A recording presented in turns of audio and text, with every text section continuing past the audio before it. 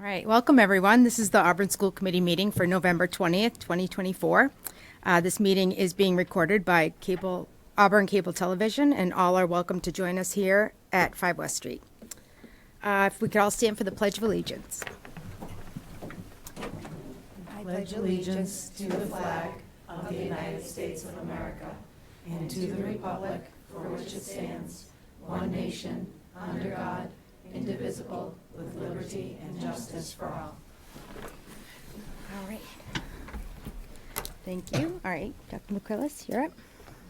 The vision of the Auburn Public Schools is to educate and prepare students for the opportunities and challenges of a changing world. Our commitment: we will create, maintain, and support an environment that fosters a sense of belonging for all students in our schools, respecting race, color, sex, religion, national origin, sexual orientation, gender identity, homelessness, poverty, spoken language, and ability. All right, thank you. Is anyone here for citizens' comments tonight? No, seeing none, we'll move on to special recognitions. None this evening, Madam None? Chair. Okay, seek approval of the minutes from October 23rd, I'll make a motion 2024. to approve the minutes from October 23rd, 2024. I'll second. All those in favor? Aye. Aye, it is a vote. All right, we'll move right on to the superintendent's report. Very good. So this evening, as we usually do, we're going to start with our student spotlight, and we have several students here from Swanson Road Intermediate School, along with Ms. Terlato, Mr. Robio, and Dr. Lopez. So I'm going to turn it over to them to introduce what we'll be hearing about this evening. Great. Well, good evening, everyone. I'm really happy to be here. And I have one of Swanson's wonderful teachers and three amazing fifth graders here with us for presentations for you this evening. I'll let Mrs. Day explain in further detail and introduce the children, but I did want to provide a little bit of background. Our music classes not only strive to develop a love of music, but really try to embrace cultural diversity and embed that into their music classes. So I'm sure you'll be impressed with their presentations. They did this research and they have such great eloquence with it, and I can't wait for you to hear this. And I'd like to introduce Mrs. Day, who will now bring up our students. Hey, hello everybody. My name is Teresa Day. I'm one of the two general music teachers at Swanson Road. This year we're taking on a different approach for our fifth grade students. We're incorporating more independent learning for them. So their first project on their iPads this year was to find a topic that interests them around the world. It could be something tied to their culture or something that they just found interesting. They prepped this for about a month of research packets, so they had hard evidence to look for it. Then they would come up with a Google form that we sent out, and they explained which top three they wanted and why they chose those. They then worked on this project for the past 3 weeks, and they started finishing them up about last week, so we started our presentations in class. I picked three wonderful students that you're going to hear from. Our main goal for this is that our students this year are going to start Soundtrap, which is a digital audio software, and this also prepares them for that independent feature in middle school, showing us that they are ready and can handle that on their own. They start that in lieu of their ukulele unit in March. So this really sets them up for, can you handle your iPad? Can you figure out how the Wi-Fi works? And are you capable of using this on your own with, of course, our supervision? So this also cross-curricular with their social studies units. So this was a lot of fun for them to make connections from, oh, I learned this in fourth grade, or I learned about this country in third. So the three students you're going to be hearing from tonight is Sienna McCoy, Gianna Sabato, and Jane Hanscom. Sienna's going to go up first. She has Switzerland presented for us. Gianna has Vietnam, and Jane has Greece. So please enjoy these presentations. Thank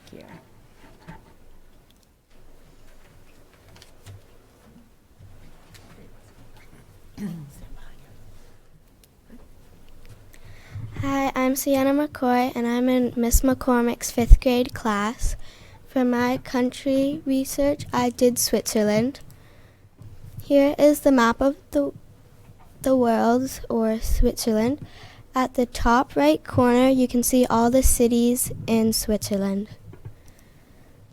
The main four instruments are the alpine horn, the accordion, which is a piano that you can move around, the hurdy-gurdy, and the castanets. The instrument feature is the hurdy-gurdy. The hurdy-gurdy has two drones and an interior peg box. It is oblong in shape and has tunable tangents and a range of 2 octaves with drones on GAN D1. here is my song information. The song is Paradise by Francine Jordy, and my country is Switzerland. So here is a picture of Francine Jordy. She was born on June 24th, 1977. She was adopted by her Chinese parents, and she has a sister named Gwen. As a young child, Francine was starting to sing songs for tourists in her hometown. With her musical background in 1998, she won the German Grand Prix der Volksmusik Award. Here's a music sample where you can listen to my song.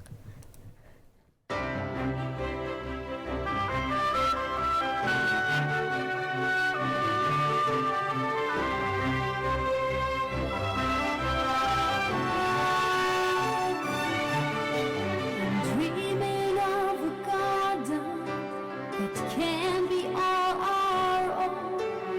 We can find each other and we can be alone. A tiny little Eden where our true love lives and all our dreams can come true. The greatest gift is gives.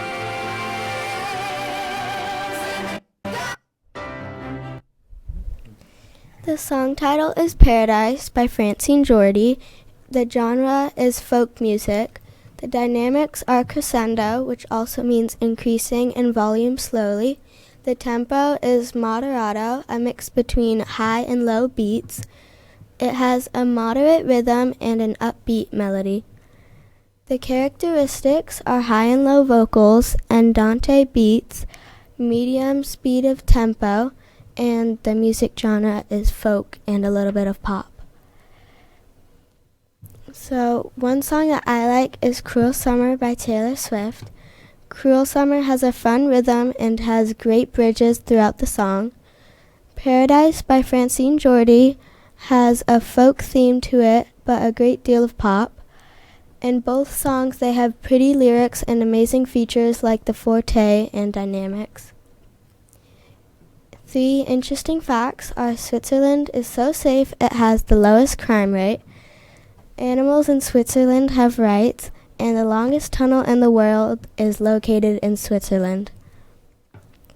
I chose to do the song Paradise for my country's project because it has a very unique sound compared to the other songs from Switzerland. The song is an amazing song to listen and sing along to. I feel the song should be on Eurovision, a big music competition throughout Europe. This is why I chose Paradise by Francine Jordy for my project song. I have a list of websites I use to research my country on, such as Safari, Kiddle, Ducksters, Google, and Chrome. Nicely done.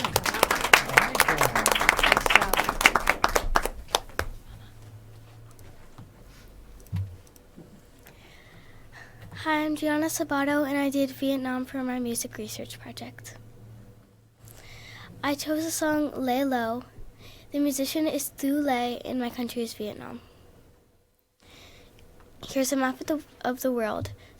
Vietnam is on the right in red. Thu Le is an international award-winning classical guitarist and one of the world's leading female proponents of her art. The Hanoi-born guitarist is currently living in Bran. Some of the main instruments are the gong, the trung, the sawtruck, and the da nia. The sawtruck is a family of flutes found in Vietnam that is traditionally thought to contain the culture and spirit of Vietnam's countryside.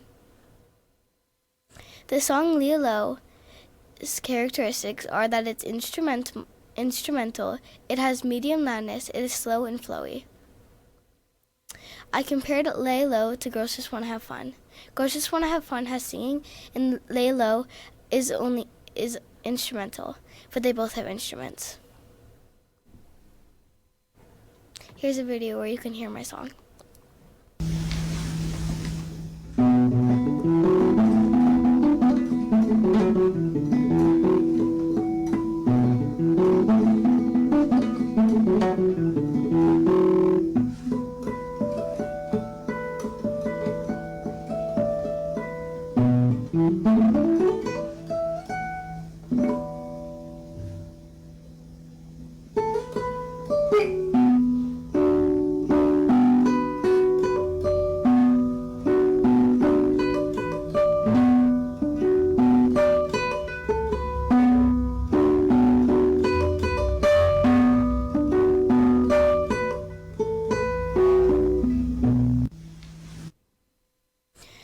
The song is Lay Low.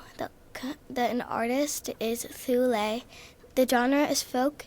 The dynamics is medium loudness, and the tempo is 126 BPM or beats per minute.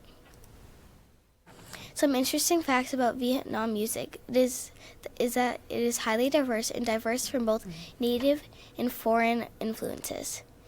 Vietnam musical instruments can be divided into 4 groups: pluck strings, bowed strings, winds, and percussion. The most notable feature of Vietnam's classical music is that it is based on a pentatonic or 5-note scale. I chose to do my project on this song because I love instrumental music and the guitar sounds so beautiful. I also love the tempo and that the video shows the person playing the guitar. The guitar looks so hard to play. I used Swiggle Browser to do this project.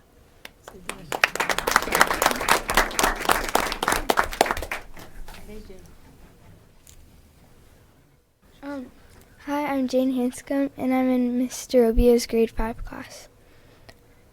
My song information is, my title is Apopse de lo Napio, my musician is Harris Alexia, and my country is from Greece. Here's a map of the world, and on the right you can see the colored part, which is Greece. My main instruments are the bouzouki. It is part of the woodwind family, also known as the lutes family. My second one is the aulus. It is part of the woodwind family and is almost like a flute. My third one is the inanga. Its strings are made from gut or plant fiber. And the lyre is a stringed instrument played with 3 to 12 strings. My instrument feature is the kithara. A kithara is an ancient Greek musical instrument in the yoke lutes family. It is a 7-string professional version of the lyre. It is regarded as a rustic or folk instrument. In modern Greek, the word kithara has come to mean guitar. My characteristics of my song, Apopse de lo Napio, is it is slow, it has a fun rhythm, it is calm, and is andante. I compared my song to Closer, and Closer is by Chainsmokers and Halsey, and Apopse de lo Napio is by Harris Alexia. Closer was released in 2017, and Apopse de lo Napio was released in 2003, and they both are pop. Here's a sample where you can hear my music.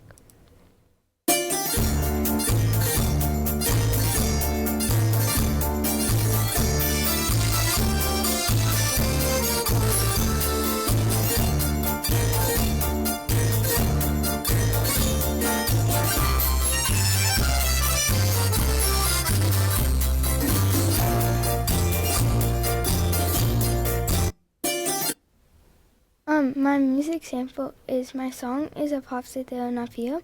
My artist is Harris Alexia, and my genre is pop. The dynamics is MP, which means medium soft. My tempo is andante, which is also like a medium fast now. Interesting facts about Greek music is musicians would rest instruments on their shoulder and use a sling made of leather to hold it to their bodies. Strings of the instruments were muscles of different kinds of animals, and the kithara was an ancient Greek lyre. I chose to do my project on Apopse de lo Napio because I like the rhythm to the song. I like the way it sounds and the way it starts with instrumental music to get you started before it comes in with the words. In my song, it has a soft, medium tempo that I like the most. Those are the reasons I chose Apopse de lo Napio for my song. The resources I used for my project was our YouTube site and then our Kiddo.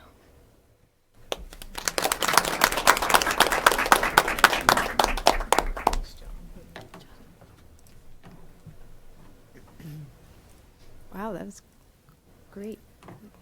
Sorry, I don't want to interrupt anyone. Are you guys? Nope, I'm good. Okay. That was great. Good job, guys. You're very brave to get up there and, present in front of us. Do we have any questions for our guests in the committee? Through the chair, do any of you play instruments at all? I play the flute. Oh, wow. I've learned a little bit of piano, but I don't take lessons in. No. Good for you. I'm the same as Gianna. I do a little bit of piano, but not professional, like lessons. Very nice. You guys did a good job.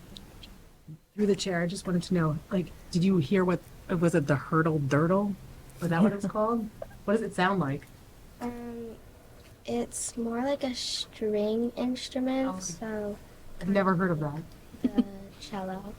Okay, interesting. I've never heard of it. I just like saying it. Of course you do. Through the chair, how did you feel about doing a project like this? Because usually when you have music class, you really just, you sing or you play an instrument, but this time it was a little bit different. What did you think about that? Oh, I thought it was interesting to be able to like do a research project during music class, and to be able to present it. I thought was a really cool opportunity for us. I really like doing projects, so I was really excited to do my music project. Excellent. Through the chair, was it hard to find an artist that you wanted to pick? Or would you guys know right away when you heard? How did you find these artists? Just kind of searched around for them? Yeah. Excellent. Good. Great job. Great job. Terrific. So we're going to ask you if you can come up. We'll have you come up and shake our hands, and then you're going to be free to go. We appreciate you coming tonight. It was great. Thank you.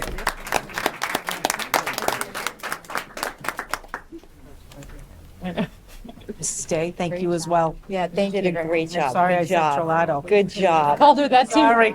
You did a great job. Nicely done. Great job. Great So job. proud of you. Great job, Excellent guys. Excellent job. Thank you so much for coming. Get up in front of us. Good job.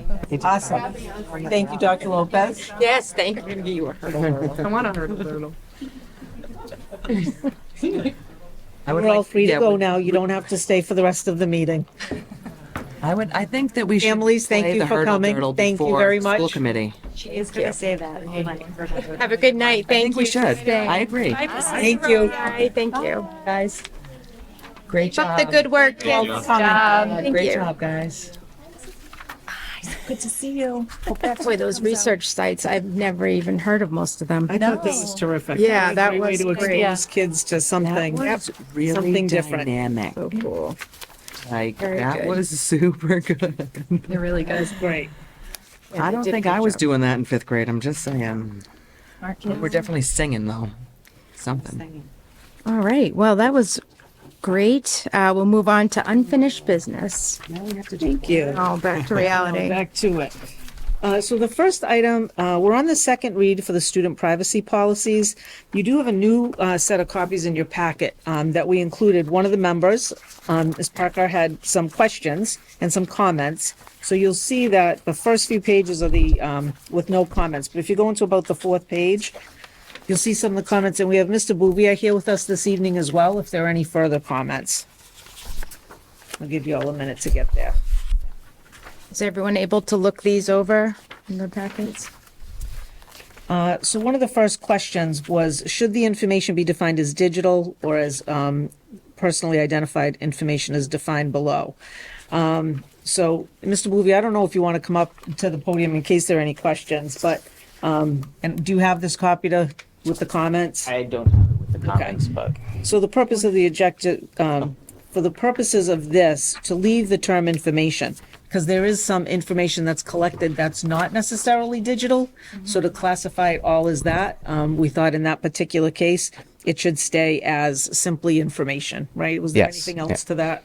No, it's just sometimes there's paper instead of digital. So Right. you wanna Is be- it personally identifiable material? That was the only thing. I know I'm splitting hairs on Well, technicalities. so for but- instance, even like a field trip form can sometimes be filled out and it could have a child's full name on it, right? Might not have their address, but it could have their full name, which is considered personally identifiable information. And we didn't want it to limit us, I guess, when we talked that through to just digital. Yeah, I also felt that we didn't really define personal information until the next paragraph either, so it made sense to just be a little broad in the objectives. Okay. The next comment had to do with a revision to taking out computer tapes, microfilm, or microfiche, and we agreed to that as well, Yeah. that we really don't use those types of tools. So that was an appropriate change. we even still have a microfiche anywhere in district? Maybe in the basement. Maybe in the basement. Yeah, maybe in the basement. Yeah, Using we one might have some microfilm, but not microfiche. Yeah, I remember using microfiche I don't. a long time ago. I certainly hope we don't have any. Yeah. So the next one is about how we share information, and the question from school committee was, should there be a disclosure form for all employees and school committee members? In the comment here was, we weren't really clear about a disclosure form. This document will be we have mandated training, and this will be part of what teachers are responsible to know. And then at the end of all that training, they sign off that they've been shared all this information. So that's how that would happen, including the responsible use form that was a part of all of this. That's all part of what we share with staff at the beginning of the year. So that would not be considered, I mean, maybe that's how we're disclosing the information with them, but we don't really need a disclosure form because they acknowledge that they've received the information. Does that make sense? It was more that they were talking also to the school committee members, and I'm not a school teacher, so I don't go through any of your training. I do FERPA training, but that's at a collegiate level, not at a high school level. I was just wondering what student data you would even be privy to don't- that degree. So I didn't know that it was. You mean in the first it says to provide services to the student under an agreement with the school district or working directly with, no, I'm sorry, professionals who are employed by the school committee. Is that what you mean? Yeah, like something, I just wanted to make sure that it was not me. Correct. Oh yeah. Oh All okay. the Yeah. folks that work for you. Yeah. Yeah, but we don't have. And all of them take those trainings. The custodians, everybody has to take that. So. You go a few pages back, we cited the administrative assistant to the superintendent. The question was if there was a vote, I guess, on some of this. And Eric, you made some suggestions to change that to our data privacy team access stewards in all data privacy protection decisions, or to change it to any employee designated by the superintendent. Mandy does have access to a lot of sensitive information as a confidential employee, so it might be appropriate that she's there, it might not be. So to kind of change that to anyone designated by the superintendent. Yeah, it just split the vote so you could have a stalemate of 3 and 3. Gotcha. And that's why I was like, then would she come in under like Robert's rule? Because technically, if you had a formal meeting, she does have a vote. You know, I just wanted to make sure that I was again, it was just more me Yep. understanding, Yep. you know, not trying to give Mandy more work.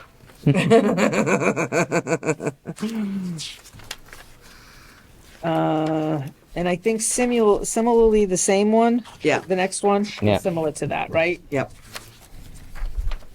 And I think, is there one more? Yeah, the last one was One just the email. Yes. So Eric, this is the Yeah, disclosure at the bottom of emails, which we append to all emails that leave our district regardless. It will obviously have to be modified a little to meet the needs of this document, but we've been including a disclosure for a number of years on all emails that leave the district. So. Yeah. and that's done automatically through IT, so folks Yeah. don't add that on, they do that. It can't leave the district. Yeah, they do that for us. Yep. And that was really all I had. It was Yep. it was very small. I want to make sure I'm reading it right because there's a lot of jargon, like Yep. legal jargon that I do not understand. I accept that it is true in fact, and you know. So Yep. okay, great. Well, no, and honestly, some of these, we had some good conversation about, because when you really start to pull some things apart, it makes you think like, oh, you know, maybe we need to revisit this. So I think those were good things for us to kind of take another look at. Absolutely. And again, this will come back one more time for a third read as well. And if you'd like, the next time we can incorporate those into the actual document, any of the kind of revisions, so we can provide those to you at the next meeting. Any other questions for Mr. Bouvier? No, All right. none. Thank you. Oh, no problem. Thank you so much. Around. Thank you for coming, Eric. Have a good evening.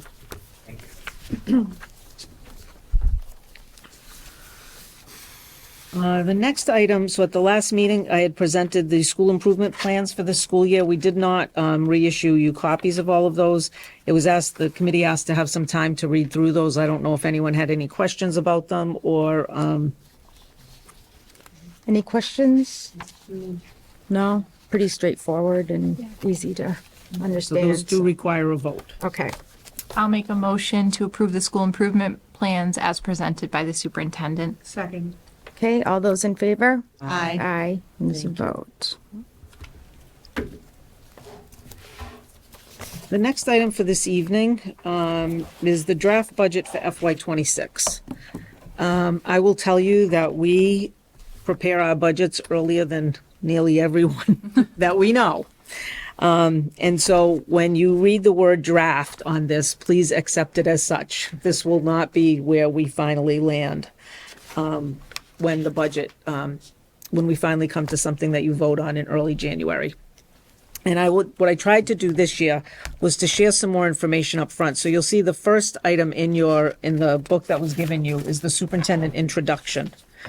And so we'll go through this just a little bit. I don't want to do a whole presentation this evening because in a couple of weeks, you're going to have the leadership team presentations. But I thought for purposes of you looking at this to understand some of the things we're up against with this particular budget. So if you remember some time ago, I asked the committee what the committee wanted us to focus on or prioritize in this budget. Certainly one was to maintain our class sizes, anti-bullying initiatives, and continuing our focus on the social and emotional well-being of kids. So if we move to the next page, some of the things that I just want you to think about as you look through this budget is certainly we have to reflect all of our contractual obligations that need to be met related to our bargaining groups, as well as this year, the longevity stipends that were negotiated with the AEA last year come into effect for next school year. So they didn't get longevity this year, but they will next year. Our contract with AA Transportation expires in June, which means that Mrs. Stanek will soon be putting out an RFP for bids to see who wants to bid on our transportation contract. In this budget, we have accounted for a 10% increase in transportation cost. We don't know if it's going to be 10%. We honestly, to some degree, hope it is. A couple of years ago, school districts were getting 12% increases. So that's a variable that we've done our best to estimate. Mrs. Stanek spoke with folks in her business administrator community, and everyone said 10% is where most districts are landing when they're estimating that for the coming year. So that's what we did. Continued reimbursement for our newly arrived students is still unknown. So our newly arrived students, we had gotten the money for our EL kids, and we have used that throughout this past year. We do still have some of that remaining, and we'll get one more payment in December. That's the good news. The bad news is that there was a webinar this afternoon with the state that indicated all of this money has to be spent by June 30th. We had hoped to carry some into next year to offset some of the costs of next year. So Mrs. Stanek and I are a little bit back to the drawing board to see how we can make that happen. They also indicated that, while I said here that, we were hoping for $200,000, it may be a little bit less than that, even though I had put $200,000, hoping that in a few weeks I could come and say, oh, we got more than that. But after the meeting today, it was clearly outlined that I don't anticipate it will be more than that. It may be a little bit less. It's just hard to gauge until we get it. I do hope. So this payment that we'll receive goes through December 6th. So I'm hoping in a couple of, a week or so after that I'll at least be able to get a number that will be more real and true and accurate. But for now, that's a bit of a moving target. Student enrollment has been steady for us for the past couple of years. But with the Tinker Hill project, and I think Perry Place seems like that's going to move forward, we could see an increase in the number of students that we have. Or we couldn't. Yeah. It's one of those things, right? They do all these projections and they say, yeah, you might be, it seems to make sense. If you have more housing, you're going to have more kids. But that balances off with the unknown about the shelter, because a lot of those students are already transitioning out. Like many of the students that we had last year are no longer with us. Now they are replaced with new students, but the longevity of that shelter, we don't know. You know, we don't know if it's going to stay another year or so. We don't know that. So that's a bit of a moving target to kind of figure that out. But what I wasn't prepared to do, at least yet, is to cut positions. We have, like this year, we only have 3 kindergarten classrooms at Bryn Mawr, and that was due to enrollment, right? We had a very small enrollment there. Could that happen next year? Yes. I didn't anticipate it would happen this year. Like, that was an anomaly. Like, what's that? But if that carries next year, we don't need 4 kindergarten teachers at Bryn Mawr. But I put a 4th in the budget because that was seemed unusual for us when we look historically with what we've seen for enrollment. So if you take that out, well, that with a kindergarten teacher and an instructional assistant, which all our classrooms has, you're close to $100,000. Well, that would make a big difference in the total increase of this budget. We just don't know yet. So that was the next bullet there. This year, I think you're aware that we had a student move in from out of state who had already been placed in a residential placement due to his special education needs. Because we didn't realize we were getting the student until mid-August. Because if the student had moved into Auburn from another town in Massachusetts and had come to us in August, that other town would have had to cost share with us. But at least for this first year. But because he moved in from out of state, or they moved in from out of state, there is no requirement. We can't tell another state that they have to cost share with us. So that is now falls on us. So earlier in the year, you voted for some money to be moved out of special education stabilization. You will probably have to again sometime soon once we go through that first installment. And I want to, I think, it was Mr. Kazanovich's guide to say, don't request it all yet. We are looking to see if perhaps the student may move out of a residential. They would still be placed in a out-of-district school, but that would be substantially less than what a residential placement calls for. So we may know more of that in the next couple of months, and that again would influence what we're responsible for in the budget. We additionally, we have 1 student that we may be placing in a residential placement, so that would make 2. So those are big items. What happens is however, a year from now, we'll get circuit breaker reimbursement, which you get 75% of the money back of anything over $52,000. So what ends up happening is a residential placement that might cost us $380,000. Once you get the circuit breaker, it comes down to more like $120,000. So it's still a lot of money, there's no doubt, but you're not paying the entire amount. We're just in a very bad spot this year with the 1 student that we're fully responsible for. We won't get that reimbursement till the end of next year. So it's just a bit of we're just kind of in the Bermuda Triangle, honestly, of financial costs that are hitting us. One other thing I thought was important to share was that our revolving accounts are diminishing, that we're relying on for the budget. So for instance, last year you voted to increase our tuition for preschool because we knew we needed that. But the offset to that has been that more families are qualifying for relief through the sliding fee scale. And so we're going to see a little bit of an increase in our revolving account, the money we're taking in, but it's not a significant amount. So it's almost like an even Steven, even though we raise the tuition. So it's good we have that for the families who need it, but if we're looking at it as a revenue offset, it's not going to have a big impact on what we can do with that. State aid and some of our grant funding is still unknown. So certainly state aid, our Chapter 70 money, I think at this time, well, maybe not quite yet. Maybe a little bit later in December, we had an idea of our Chapter 70 money. If you remember, it was a very small increase. We were only getting about $71,000 increase. There are no indications yet of any number. So I'm hoping in the next few weeks, which again, hopefully before this budget has to get moved forward, we'll have more information related to that also. This budget does look for 2 new positions, and you'll see there's a special education teacher at Swanson Road listed, but it says potential. We're trying to work through Mr. Walton, myself, and Dr. Lopez to see if there's anything we can do with current staffing that would relieve the current situation. And we may be able to do that, and if so, then we wouldn't have to move that forward in the budget. Again, that would have a good impact on our total.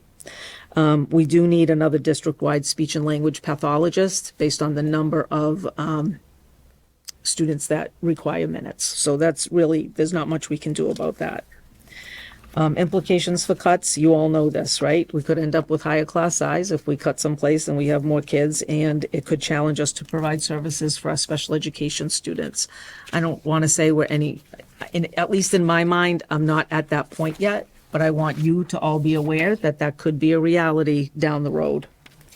So you'll have the 2 weeks to kind of look through the budget documents. You have executive summaries from all of us in here. On December 4th, we'll have the whole leadership team here to do their budget presentations. You have another 2 weeks. Then on the December 18th, again, we'll come together. There won't be any presentations. There'll be time for more questions if there are any. And then on January 8th, you vote to send a draft budget on to the town. So also included in this introduction, I gave you a summary again. You've seen our enrollment multiple times through our October 1st. But I also gave you our special education enrollment, which you'll see went from 2021 from 265 students to 367 this year. Interestingly, I think Swanson Road had 6 students on IEPs move in. So this was after we planned for this budget. The high school, I think, has seen 9 or 10. So a lot of these are completely unexpected. And Mr. Walton's been working with, not that we don't want to qualify students for special education. We want to make sure that students who qualify for special education are appropriately qualified for special education. So he's been working with his team chairs that way, but we just have had a number of move-ins, and he seems to feel like, the Worcester Public Schools went through a lot of cuts. We had a student come to us from I'm not going to remember the name. It wasn't SOAR, but a very specific program that got cut. And so we're feeling kind of that overflow from that families are, and there are more houses available now in Auburn. I don't know if, right? I mean, I just see the number of signs that are up, houses for sale. The last couple of years, you wouldn't see anything. And now you see places that are available. And so when people are looking that their kids' services have been cut, they're going to look someplace close that they think can still provide what their child needs.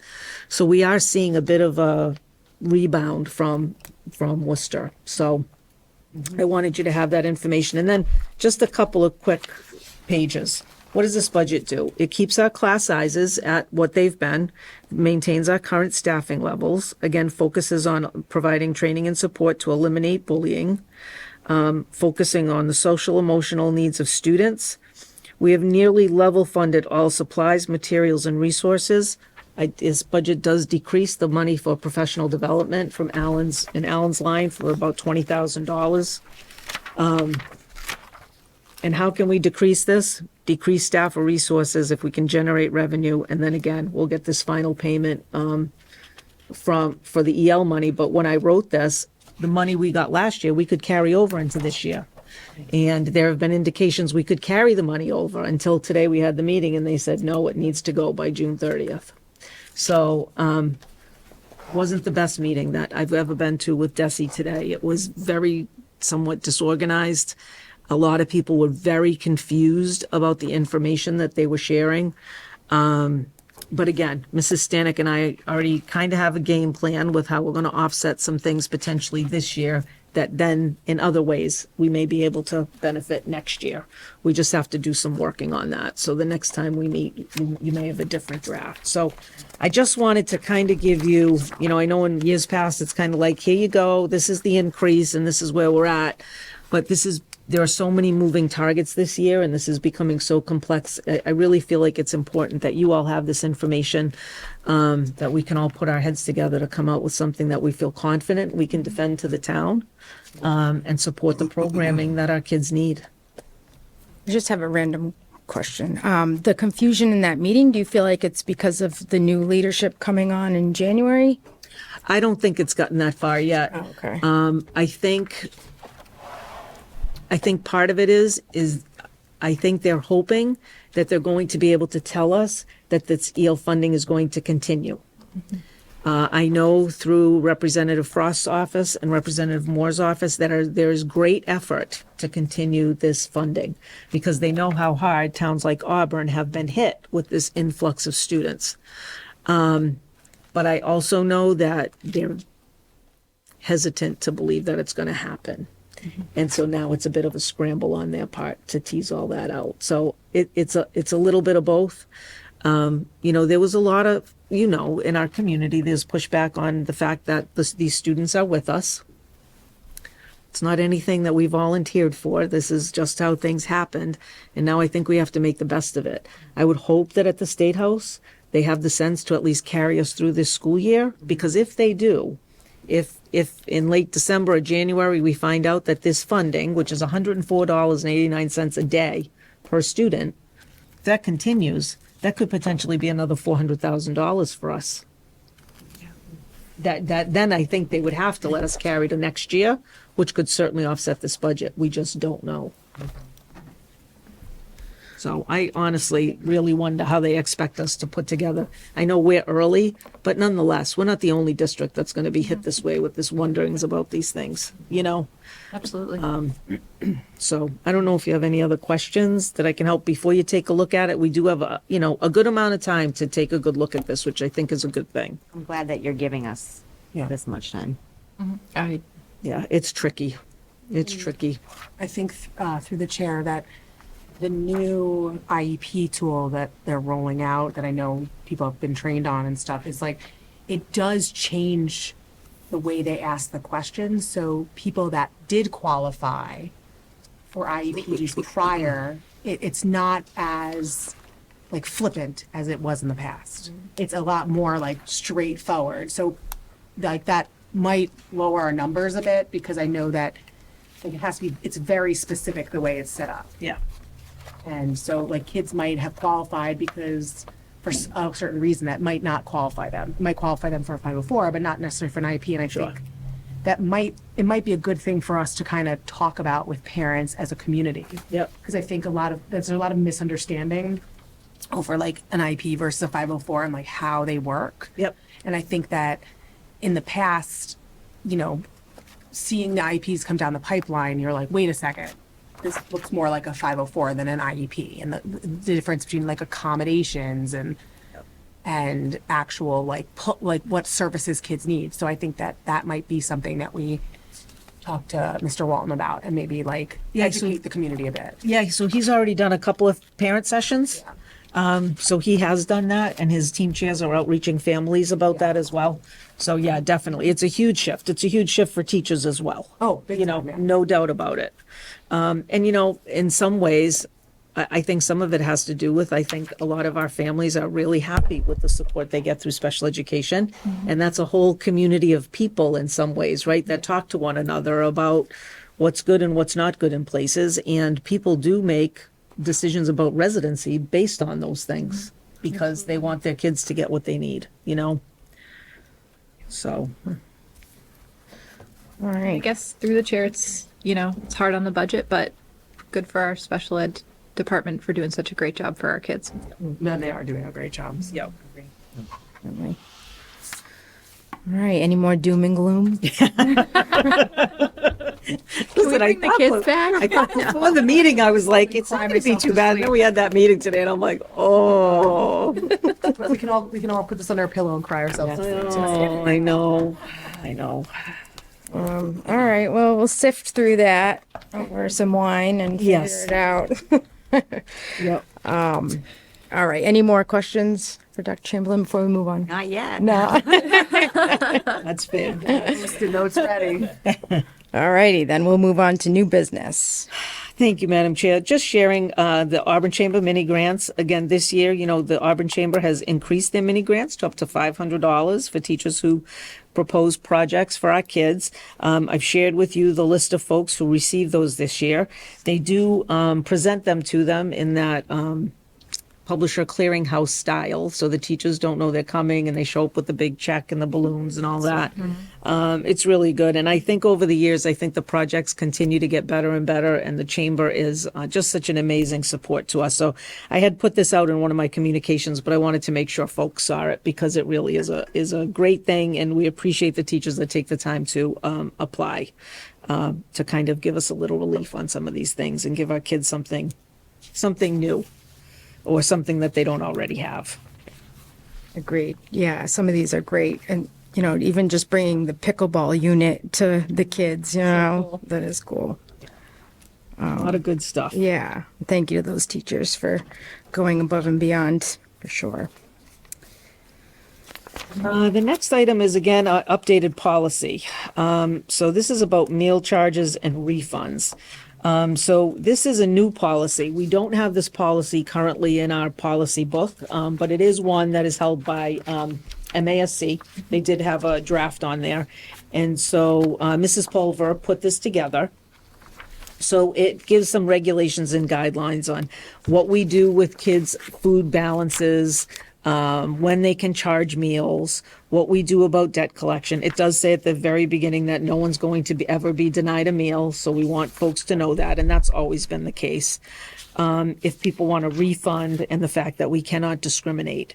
So I'll give the committee a chance to read through that. Nothing is highly unusual compared to what we've already been our common practice by any means. So I don't think you'll find anything very unusual, but certainly we'll have this on for a second and a third read as well. And if we need to have Ms. Pulver come in, if anyone has a request for her to come to the next meeting with questions, we can certainly do that. Is it too early to ask or find out if they're going to have free lunches again next year? Is that So we will qualify for that. So I think I had brought to the committee that it's not the greatest name. They call it the community eligibility provision that we have qualified for. So previously, to be a community eligibility provision town, your free and reduced lunch count had to be over 35%. With the onslaught of the universal school meals, the percentage was lowered to 25%. We've always been around 30. So once it was lowered to 25%, that then qualified us for free meals for all. So that will last, I think, 4 years or 3 years. Mrs. Stanek, do you remember? I'm sorry, I got a lot of numbers. Yeah, swimming in it's my head. it's 3 or 4 years, and we had to apply for that. Like, we couldn't say, no, we don't want to do that. Like, you do that. So for the next 3 or 4 years, meals will be free for our kids. Whether or not that's going to be statewide, I don't know. But because we qualify for this, we will be for breakfast and lunch. And then it'll be, our percentage rate will be revisited at that time to see if we're eligible to do it again. But for the time being, it'll last for a few years that way. all right? Great. And, you know, families no longer have to fill out the free and reduced lunch form. They're directly certified. She gets a report from the state. And folks qualify because they qualify for either Mass Health, Department of Transitional Assistance, SNAP, and I think there's one more. So if they qualify for one of those state programs, then the kids get reported to us as qualifying for free and reduced. Okay. And do they take into account the new coming students? Yes, Okay. yes, they should all be on the list. Yeah, all right. Yeah, yep. All right. That's good to know. So more to come on that.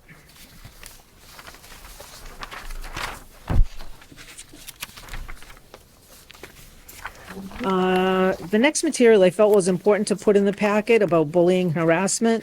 This again was something I sent out to families in one of my communications. But I really think it's important for families to know how seriously we take bullying and harassment, and certainly this is a priority of the committee.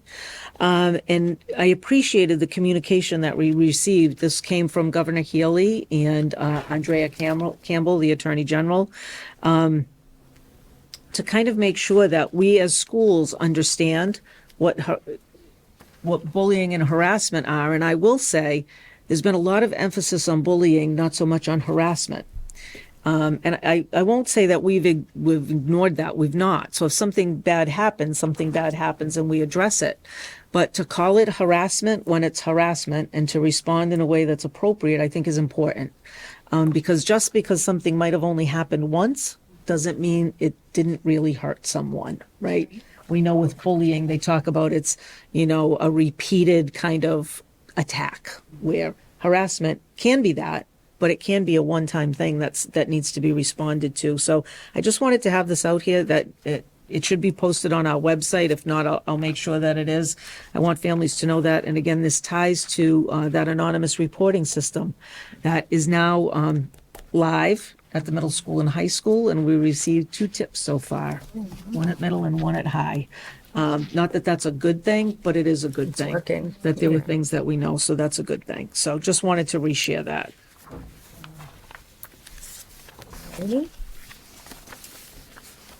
The next item, just for you to know, is that we are entering into negotiations with our food service staff. We had one meeting to do our ground rules, Mrs. Stanek and I, and we will, actually, Ms. Pulver is going to be in on those as well.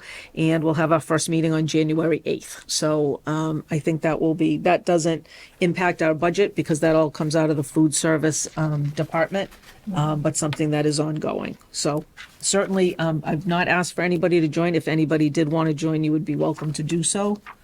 But that's up to the committee. Okay. Can we let you know? Yes. Next? Okay. Yep. All right. I guess, yeah, just so we all know how many meetings you think it would be and like, So that was the first contract I negotiated when I became acting, I think. And I think we met 3 times. I'm sorry. Yeah, it wasn't a ton of meetings. And we are lucky, given our situation, that we have a very healthy food service account. And that's because of our people, and we think that they deserve, a fair increase. So, I'll be on that one if no one else wants to jump. I need something uplifting. I need a good one. Go for it. I nominate. I second. Okay. I second. okay, wonderful. All right. End on a good note. Awesome. And finally, for my report, as part of the regulatory obligation, we are providing you with the AVC School Committee report. So that's in your packet for your review.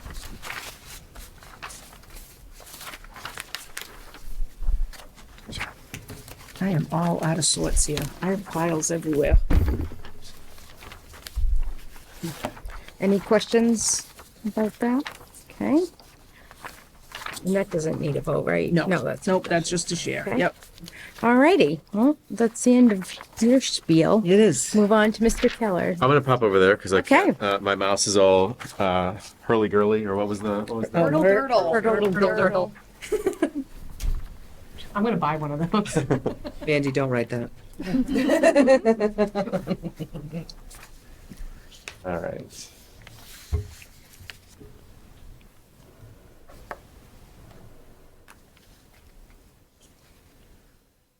Well, thank you. I apologize for that little delay there, but so we had our first professional development day of the year. I mean, it's technically our 3rd one because we have our first 2 days when students aren't here yet, but it was our first full day, and it was on election day on November 5th.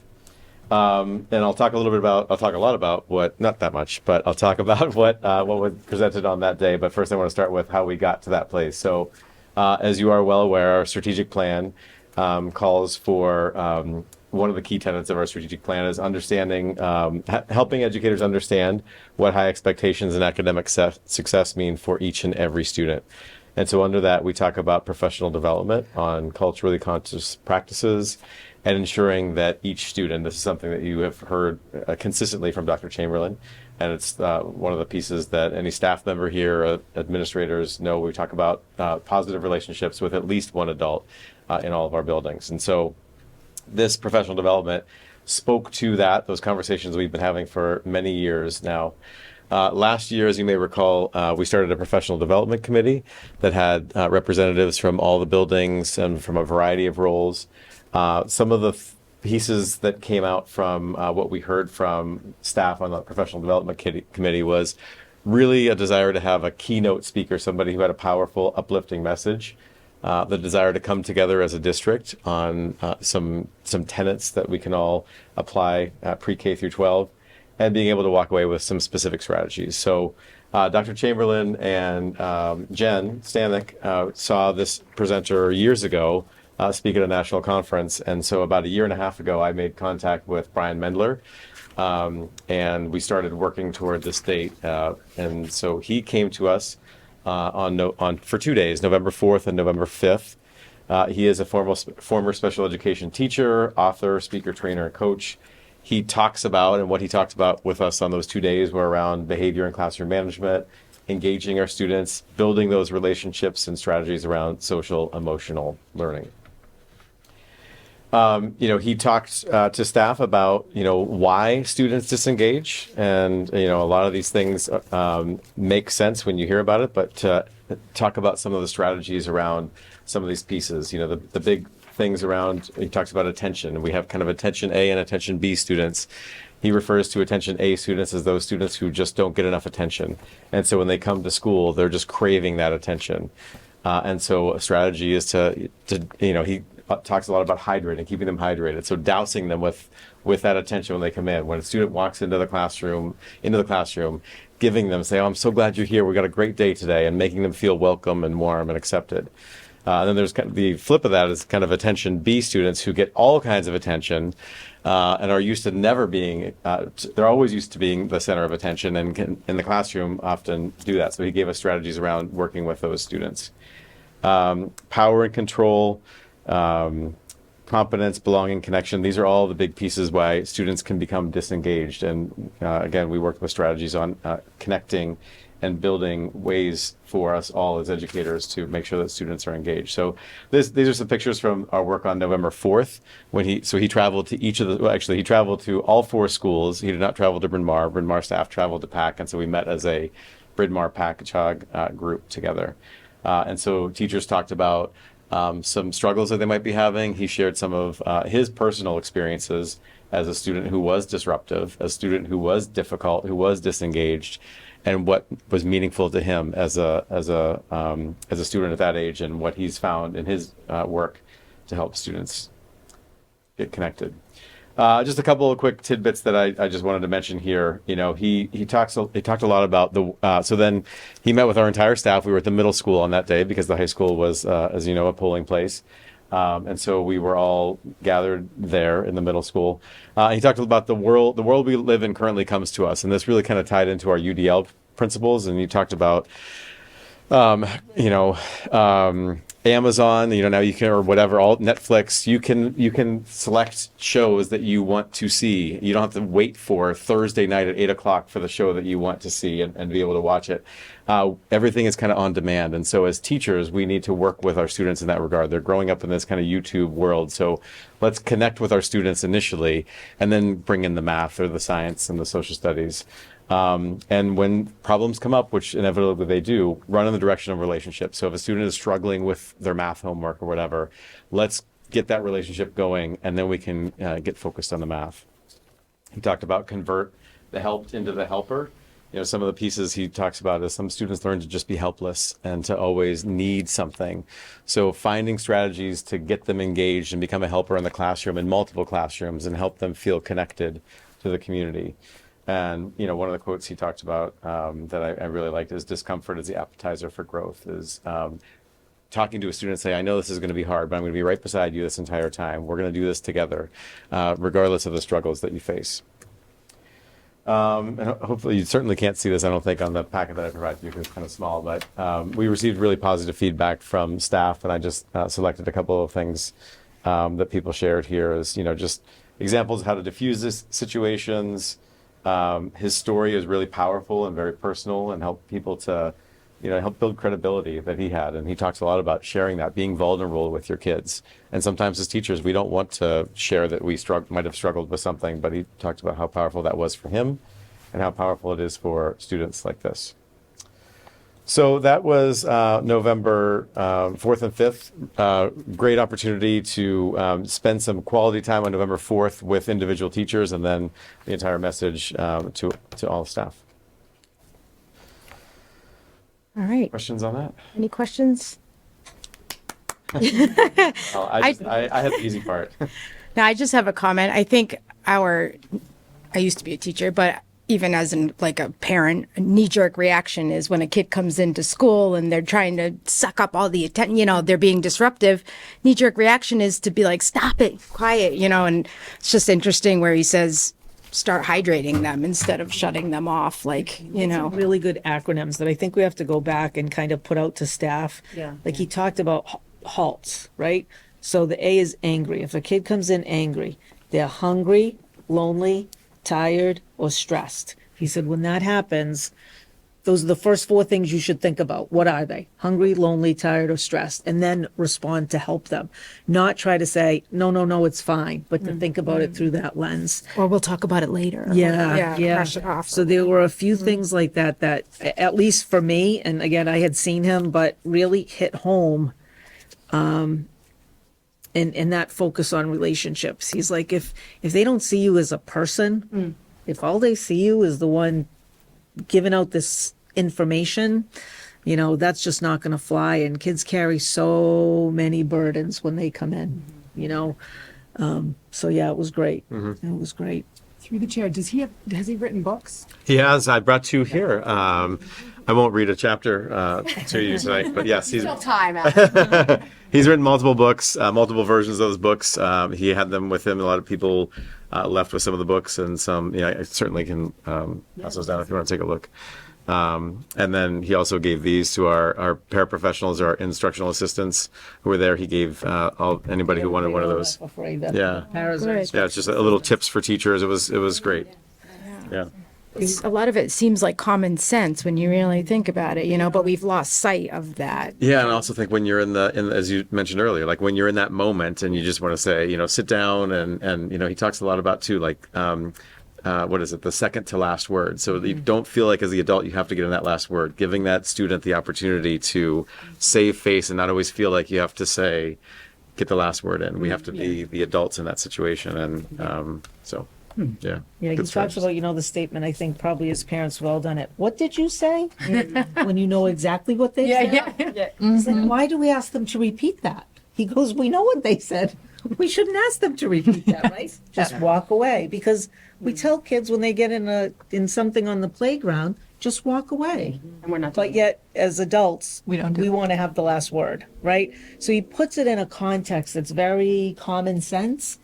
And lets you see it through a little bit of a different lens, So I really enjoyed the day. I really, really enjoyed the day, and I think obviously a lot of people did too. And through the chair, Dr. Chamberlain, Jesse, and Megan and I know the power of like an awesome speaker, which we heard at the MASC-MASS joint conference. Like I'm still talking about it. And Timothy Shriver and his Dignity Index was just incredible. And I think like the power of a really good speaker is really, it can really like stick with you. Yeah. And I think that like teachers seem to like this, so that's good. Yeah. Through the chair. So as they had said, we had seen him years ago when we were at a conference. And it was like, for me, it was like a celebrity coming here. So obviously in the business office, some of this, I don't have the day-to-day interaction with students, but I said, you have to promise me that I can come and listen to him. And I did purchase the other book that I hadn't gotten as well, and have been reading that as well because it just was so impactful, to help me as an administrator and everything. But it was great, and everybody had really enjoyed it. But it was like, I'm meeting like a celebrity. That they were laughing at me. We were having a meeting in the business office, and I said, I'm going to go say hi because they let me introduce them. So it was really wonderful. And those uplifting speakers are they're just needed at times. Definitely, yeah. They They're are. worth their weight. So thank you for supporting that. Through the chair, I think he has a YouTube channel. I think I've seen him on Yes. YouTube. Yes. I was looking at that too. I was like, I know that face. Yeah. I was trying And some of the little clips, so we had shared out some of those prior to, like, out with teachers and stuff, just to get a little taste, of what he was going to talk about. It's it's really good. He's got. I'd love to get everybody a T-shirt that says "Relationships First." I'd love to get everybody T-shirts that say that, but I might look for a button instead. Well, after seeing this budget, I think go with the button. Oh, that's good stuff, though. Awesome. Thank you, Mr. Keller. Yeah, thank It's a you. good report. All right, we'll move on to you, Mrs. Campbell. I have provided you with a year-to-date budget report for the FY25 school year dated November 12th, 2024 for your review. I'm happy to answer any questions you may have. All right, any questions or comments? All right. Seeing none. And then next, I provided you with a list of budget transfers dated November 12th, 2024. And they are between the same series and different series for which I am seeking your approval. Okay, any questions on those?